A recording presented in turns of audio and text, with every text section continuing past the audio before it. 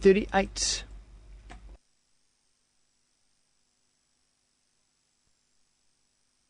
The Radio Wammo Breakfast. Wine Vault Radio with Jayson Bryant from winevaulttv.com. I like to have a pause for effect sometimes, so I think it makes people go, oh, what's about to happen? Jayson Bryant from Wine Vault TV. Hello and welcome back to the Kiwi studio on a Thursday. On a Thursday, yeah. It's kind of the whole calendar's thrown, and it's kind of April Fool's. I didn't know whether you're kidding. Yeah. You know, turn up. Yeah. Oh, sorry, no. We haven't And there'll got be a space for ghost you. ship here. Yeah, exactly. Yeah. How are you? Not too bad. Good. Bit of product placement. Product placement. You're holding up a bar of Cadbury Dairy Milk now with fair trade. Same great taste. Oh, jeez, you should do their radio advert. I'm just reading the front of the packet here. The same great taste. That, Quite a surprising move, to be quite honest. yeah? But positive. But they're going fair trade? They're going fair trade, yeah. Yeah. I don't know whether all their chocolate's gone fair trade, or whether it's just dairy milk, or it could be whether just- it's just a kind of portion of dairy milk chocolate has gone fair trade. I think if it's got that fair trade that logo, see that little blue and yellow logo on it, then that'll be those products. This is power to the people, I think. You personally. you reckon this has been forced on various Good manufacturers PR. by I think, the PR department at Cadbury's have obviously taken a kind of a little look at what's happened and gone, how can we rectify this very, very quickly? Because isn't chocolate at the moment, not just now but over the past year, it seems to be a constant kind of thing in the media with controversies around palm oil, where it's being manufactured, the taste of it. Yeah, it had kind of a whole Cadbury thing, and kind of like they really stuffed up big time with their palm oil addition. They dropped it from 26 to 21%, put a bit of palm oil in, and wanted everybody to be happy. Yeah. Which they weren't, and it was like we were saying earlier, it was a grassroots revolution. Through social media, and then mainstream media. Yeah, and then mainstream media, and it really changed. And obviously, Whitakers were rubbing their hands, thinking, "We're going to cash in." Yeah. And then the whole Nestle thing, and moving Moro to Australia. That I've just found out through you guys. I mean, it's never out of the media, but it's obviously good for chocolate. But it sales. just shows how passionate everyone is about chocolate, about a confectionery. Yeah, I think that it's we something that we have every day, I think. We're more passionate about chocolate than bananas. Well, we don't grow bananas. No, but we don't make cocoa beans here either, do we? No, but we do make chocolate here. Or did.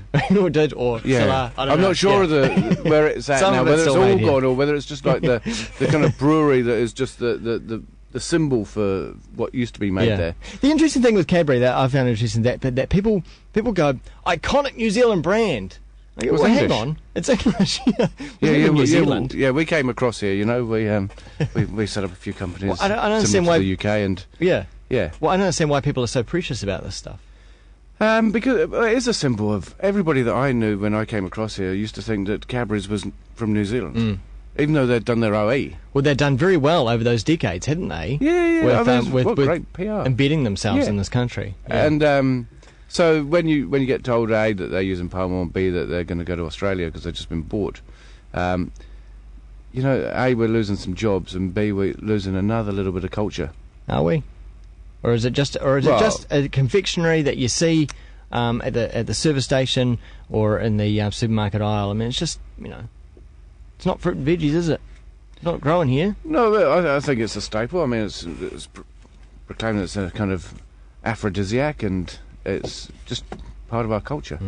Yeah. Well, let's explore some of those aphrodisiac qualities of chocolate in the studio this morning. Slightly ironic that that this is Wine Vault Radio, tasting chocolate, but it's all part of it. Yeah.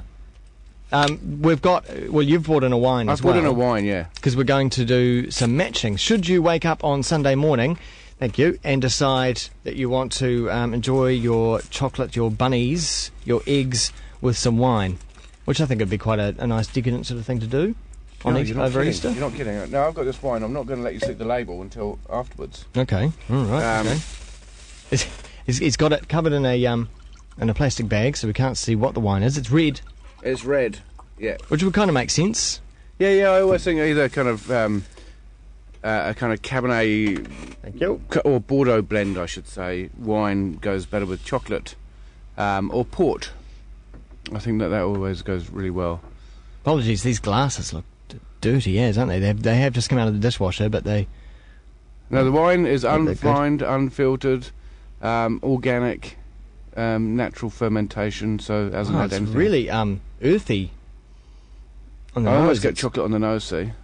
Bit of leather, bit of chocolate, bit of earth, bit of bramble. Yeah, it's really kind of, in the bush Yeah, kind of yeah. kind of stuff. Bit of oak. Yeah, bit of Yeah. oaking there. Yeah.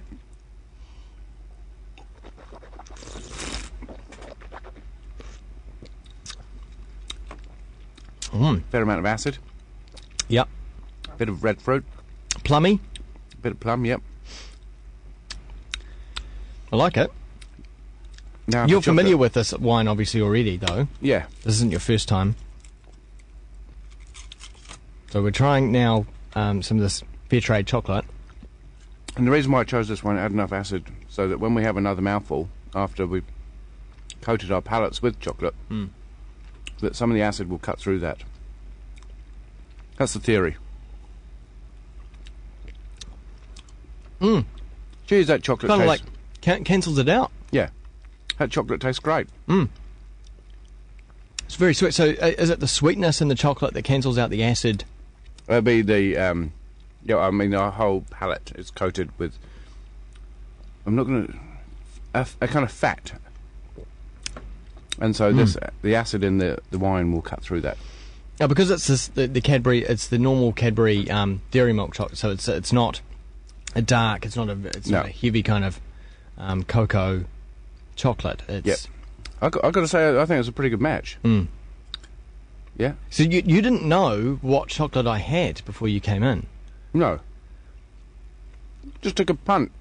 but if I had some dark, heavy cocoa chocolate, would this have been the right wine? I'd have probably gone for something possibly a bit sweeter because you get a bitterness from that kind of dark chocolate, anything over kind of like 60%, and you start getting quite a bitter character.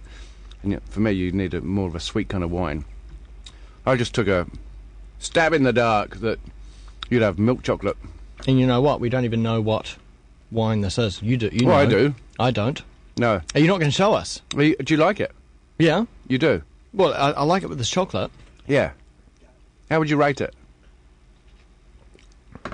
To me, it doesn't taste that expensive. I mean, it doesn't taste... Come on. I'd rate it at a 78. Whoa, jeez. Let me get that. Really? Yeah. It's ours. Oh! What do you mean yours? You mean you made this? We make this, yeah. Every year. Although this is 07. I've said the wrong thing. I'm so embarrassed. No, you haven't. 07 is not as good as 08. 07 for us was a bit of a tricky vintage. We make kind of like 2 barrels a year. And what is it? It's a Merlot Cabernet Malbec blend, but predominantly Merlot.